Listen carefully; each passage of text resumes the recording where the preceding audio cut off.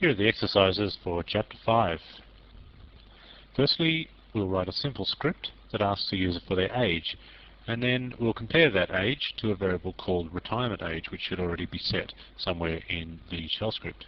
Now, if the age that they entered is greater, then print out a message simply telling them that they should be retired or something. Otherwise, tell them that they are still quite young. Of course, we have to correctly handle the case where the user simply presses enter and doesn't type in any age at all.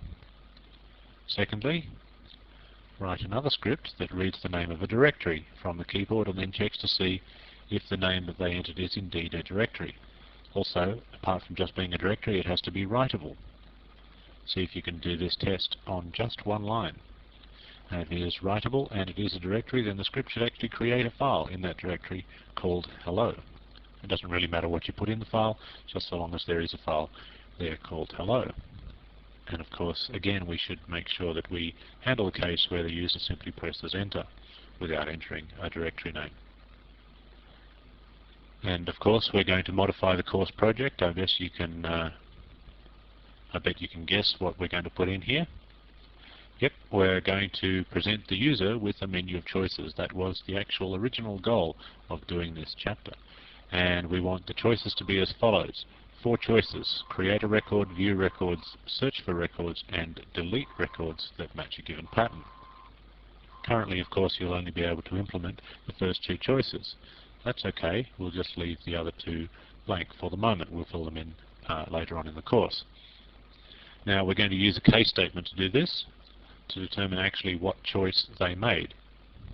And I'd like that to be numeric. So if they enter the number 1 on the keyboard, then you will go and do the create record code. If they enter a number 2, then you do view records and so on. And of course, you have to make sure that you handle the case where they don't enter anything at all or some other value that's not a number. You have to handle that correctly.